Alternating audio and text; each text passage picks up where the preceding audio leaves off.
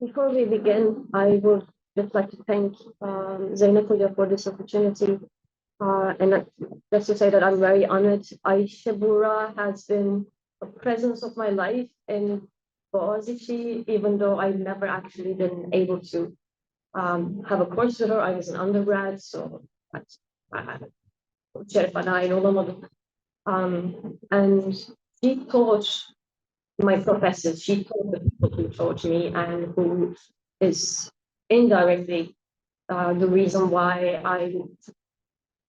I studied elements of political economy and the reason probably why I'm here. And by so many people, so many people went into academia, and so many people went around the world because of her good graces, her reference letters, and her vision, so to speak. And not to read paper, I would like to thank the organizers of this very rich and interesting conference for inviting me to speak at this panel. My talk is on the social policy developments in early Republican Turkey, and I would like to begin with a few reflections on social policy. Social policy in general refers to the institutions and measures taken A, to deal with the social risk situations such as poverty, unemployment, old age, sickness, and disability. B, to assure access to social services such as health, education, public housing, or transportation. C, to regulate labor market relations by setting the terms of employment, working conditions, and payments to labor. Historically, social policy development could be seen as a response to social and economic disruptions caused by the expansion of capitalist relations, to the trends towards commodification of labor in particular. Approaches to social always reflect certain imaginations of society and ideas on the proper place of different groups of people in society. In these approaches, equal citizenship is either affirmed or denied. In the early Republican period, there was not a social security system comparable to the current well-developed one in contemporary Turkey. Public funds allocated to health and education were very limited. Public social assistance to the poor was practically absent, and even during the Second World War years, when urban poverty was widespread, philanthropist voluntary action was seen as the proper way of dealing with the problem.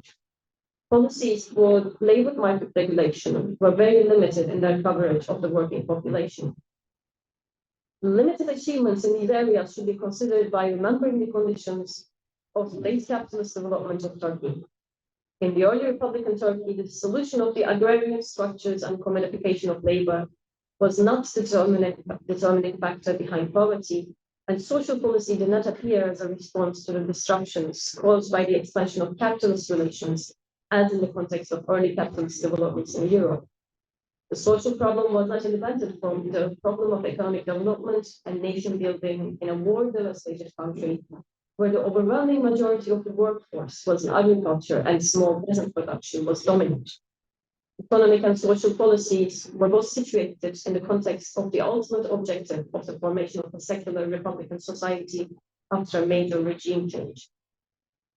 In this context, questions concerning the terms of participation in society for people in different socioeconomic positions, hence the question of citizenship, was necessarily an important element of the policy environment, and this question was addressed in an international political and ideological context, where the Bolshevik Revolution and the rise of fascism in Europe had some effect on the approaches to economic and social development in Turkey.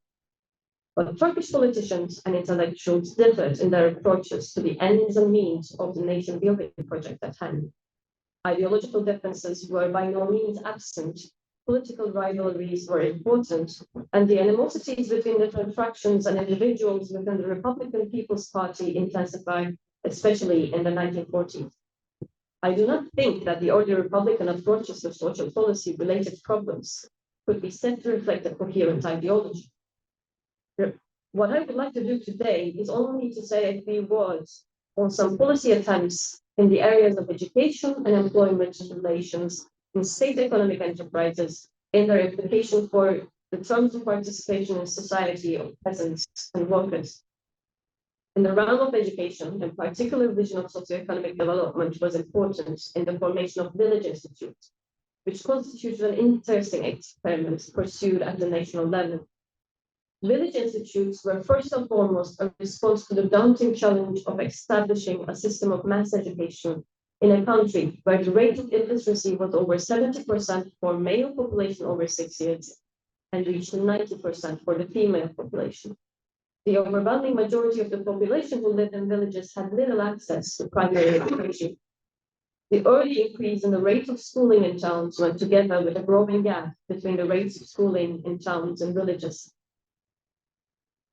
The Village Institutes program began with a pilot project involving 2 institutes near Izmir and Eskişehir in 1937, and 2 laws enacted in 1940 and 1942 set the institutional frame of the project. Between 1937 and 1948, 21 institutes were formed in all regions of the country that you see in the map behind me, from western to eastern and southeastern provinces. The project was about a 5-year teacher-teaching program for students from villages who had some elementary education. The graduates were expected to work as village teachers, but they were also expected to assume responsibility in the construction of school buildings and furniture, a responsibility which the villagers had to share by contributing materials and labor. Active cooperation between the community and the teacher was an important requirement for the success of the project, and this meant that involvement in and contribution to the village economy was an integral part of the tasks of the teacher. The teacher was to be an agent of development and modernization in the countryside. As such, Village Institutes program could be seen as part of a top-down project of social engineering used by the Republican regime to assure the consent of the rural population. However, for the main architects of the program, Hasan Ali Yücel, the Minister of Culture and Education from 1938 to 1946, and Ismail Hakkı Tonguç, the head of the Directorate of Elementary Education, village education was a task of crucial importance to overcome the stark inequality between rural and urban conditions of life. What Yücel and Tonguç had in mind was not limited to providing some rudimentary elementary education designed for the peasant population. They were well aware of both the late Ottoman ideas on education reform, those of Ismail Hakkı Baltacıoğlu in particular, and the ideas on education of Western progressive thinkers such as John Dewey. In his report and recommendations upon Turkish education, which he presented to the Turkish government in 1924, Dewey wrote that the mass of citizens must be educated for intellectual participation in political, economic, and cultural growth of the country, and not simply certain leaders. This non-elitist outlook on education was also important in the development of the Village Institutes program. The program followed the Western progressive thinkers' shared idea that the aim of education is the development of individual capabilities for the improvement of individual lives, but also the improvement of the life of the community, by fostering a democratic sense of engagement and cooperation with other people. Combining formal education with productive work with an emphasis on courses on arts and crafts was an important aspect of the curriculum in Village Institute. But the curriculum was not designed as a vocational school program. The knowledge of universal cultural, scientific, and technological achievements was also emphasized. At the institutes, boys and girls from villages read translations of world classics made available by the truly impressive initiative of the Translation Bureau of the Ministry of Culture and Education. They staged and acted in plays by Turkish and foreign writers and learned to play musical instruments. The Village Institutes program had many critiques and opponents, some with an elitist perspective and others with an authoritarian conservative outlook. In fact, the 1940 and 1942 laws concerning the Village Institutes were enacted with the abstention of 1/3 of the members of the parliament. In the 1940s, when the rise of anti-communism became important and continued to mark the political atmosphere of the multi-party regime in the 1950s, the institutes were also accused of disseminating communist ideology among the student body. The decline of the program started in 1946 and continued until the institutes were closed in 1954.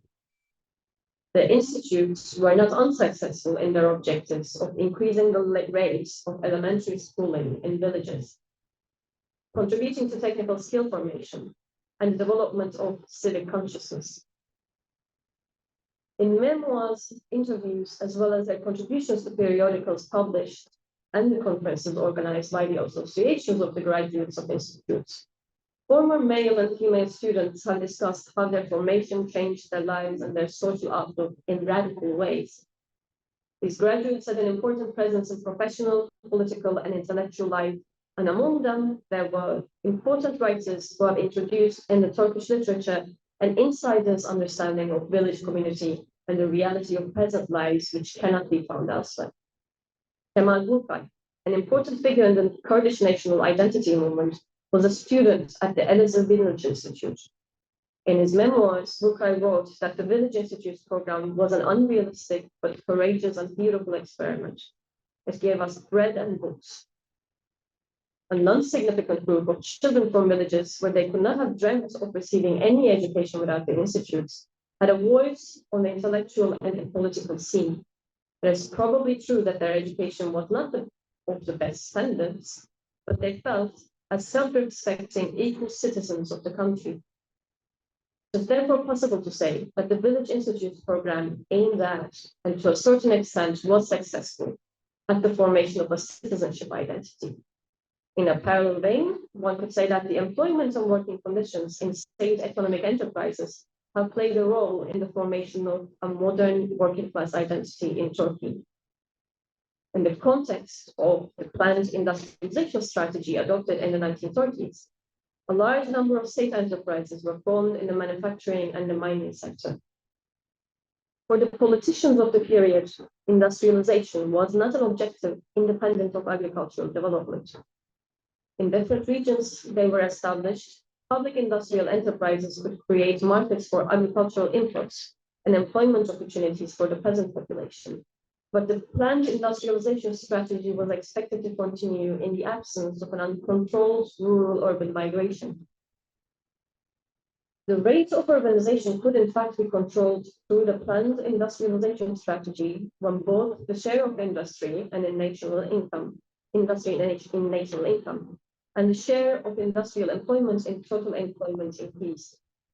The increase in the number of workers in state enterprises proceeded without severing their ties with the village. This meant that the commodification of labor was limited by the continued significance of small peasant production, and industrial enterprises could not take a stable supply of labor for granted. There were extensive discussions around the problem of high labor turnover in state enterprises, and what was then called the peasant worker phenomenon was central to these discussions. To deal with the problem of labor supply, certain forms of forced labor was used in the mining sector, especially during the Second World War years. However, attempts were made to make employment in state enterprises attractive to workers were quite significant. Housing was a problem which was taken very seriously, and in some enterprises, a non-negligible portion of employees were provided houses where they could live with their families. There were doctors and health workers, pharmacies, hospitals, and infirmaries attached to many of the public enterprises. There were daycare centers and sports and recreation facilities. Many workers have also benefited from training programs and possibilities of education at vocational schools, as well as engineering faculties provided by the enterprises. In 1938, pension funds were established at state enterprises, and even before that, there were provisions for accidents, disability, and death. In some studies, workers at state enterprises are in fact seen as a privileged segment of state employees or a labor aristocracy. However, there are also studies where they are discussed with the expressions of their grievances and claims. The workers at state industrial enterprises might not be a statistically significant group in the total workforce, but they clearly form the constituent elements of the context in which an industrial working class was emerging.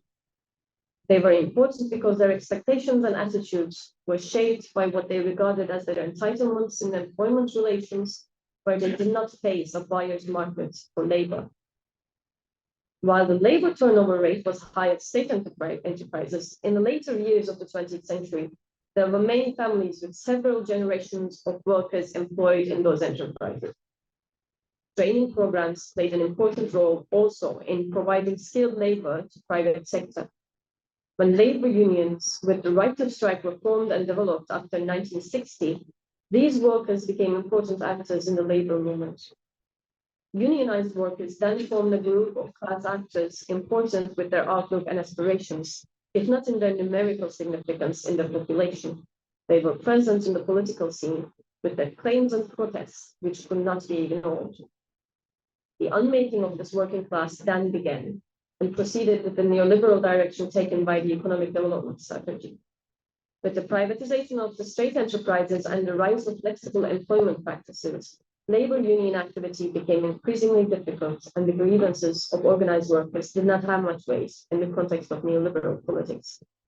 In fact, neoliberal policies could derive legitimacy from discourses on inequality between the so-called privileged workers and the poor masses. Today, in Turkey, there is a system of social security and social assistance incomparably more developed than what there was in the early Republican period. Yet the dynamics of precarization